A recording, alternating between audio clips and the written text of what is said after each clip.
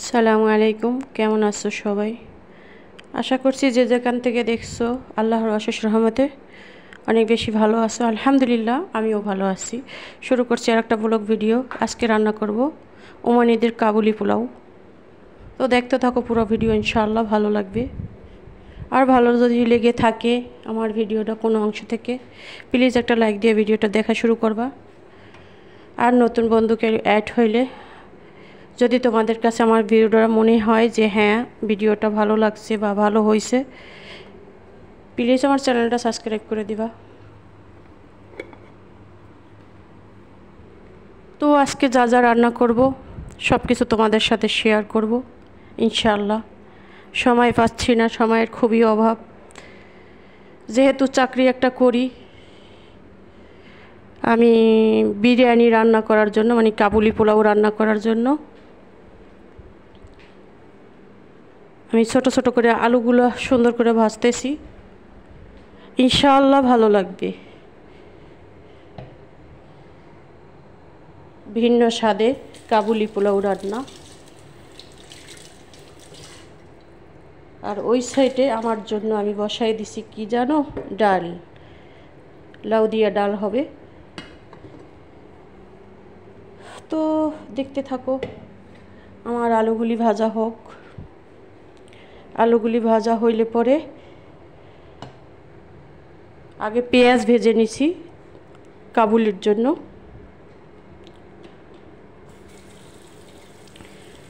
এখন আলুগুলি ভাজা শেষ করব, তারপর শুরু করব কাবুলি পোলাও রান্না করা।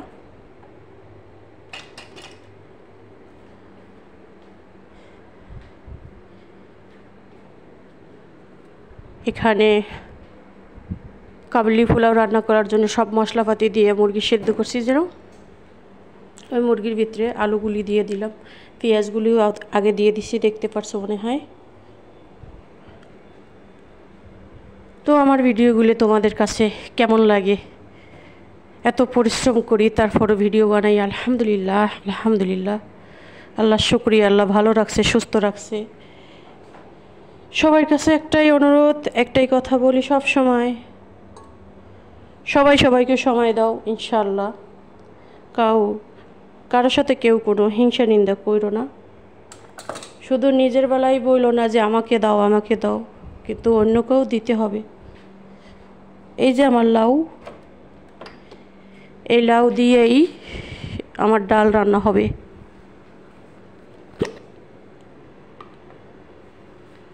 কাবুলি পোলাওটা বসিয়ে দিছি।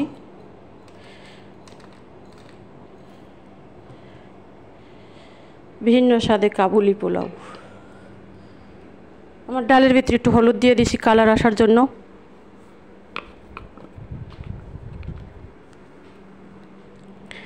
ডালটা কিন্তু সেই স্বাদ হয়েছে, মাশাআল্লাহ। এখন লাউ দিয়ে দিব আমার ডালের ভিতরে।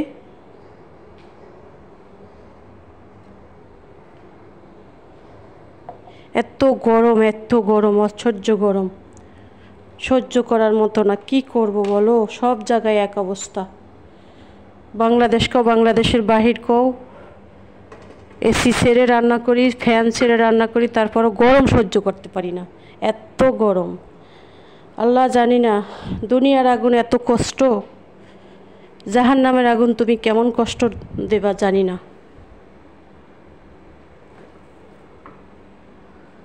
আমার মাংসগুলি এখন রান্না করা শেষ।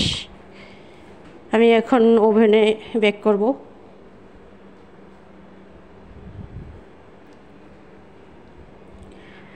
দেখতে থাকো, ইনশাআল্লাহ ভালো লাগবে। ভিডিও শুরুতেও বলছি, এখনও বলতেছি, প্লিজ একটা লাইক দিয়ে ভিডিওটা কন্টিনিউ করবা। যে কটা কমেন্ট হয় তার চেয়ে কম হয় লাইক হয় না। আমার মুরগিগুলো প্রায় উঠানো শেষ।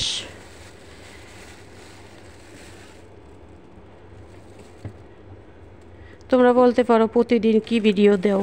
আমি যা করি আমার তাই ভিডিও দিতে হবে, তাই না? তারা যা খায় তাই তো আমার করতে হবে, এর চেয়ে তো বেশি কিছু আমি দিতে পারবো না।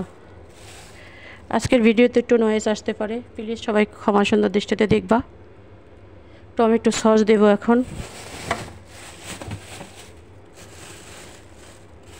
এতটাই ব্যস্ত বয়স দেওয়ার সময় আমার কাজ করতে হচ্ছে, কি করব, আর সময় পাবো না।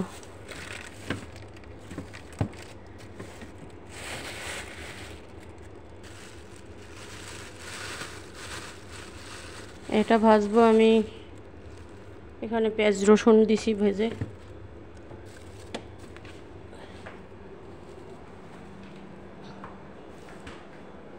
কত জায়গায় দেখছো কত কাজ করতেছি, একটা দুইটা কাজ।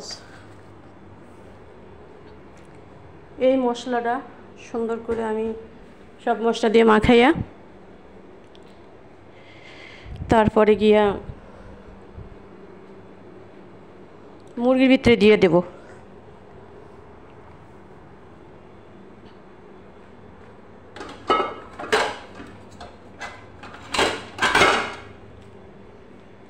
প্লিজ একটু শব্দ হলে কেউ মাইন্ড করো না, আমি সময় পাচ্ছি না, যার জন্য কাজ করছি আর ভয়েস দিচ্ছি।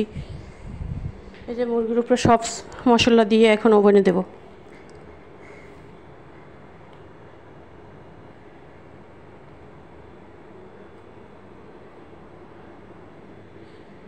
আজকে ওভেনে যে কয়বার ছ্যাঁকা খাইছি, সেই ছ্যাঁকার কথা কইয়া কি রইব, অনেকবার ছ্যাঁকা খাইছি আজকে। তো এগুলি ডাউল বাগার দিব। এই ডাউল বাগারে পেঁয়াজটা ধুয়ে আমি কত কাজ করে আসছি আমি জানি। ডাল বাগার দেওয়ার জন্য পেঁয়াজটা ভেজে নিচ্ছি।